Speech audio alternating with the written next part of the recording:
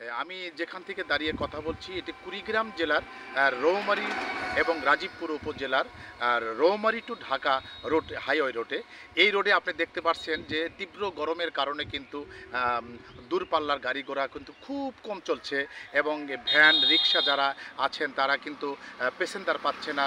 তারা কিন্তু এই গরমের কারণে কিন্তু তারা কিন্তু প্যাসেঞ্জার পাচ্ছে না। বিশেষ করে আরেকটি বিষয় জানিয়ে রাখি, এই গরমের কারণে কিন্তু কৃষক যারা আছেন এই কৃষকরা কিন্তু জমিতে কোনোভাবেই এই তীব্র গরমের কারণে কিন্তু ফসল ফলাতে পারছে না।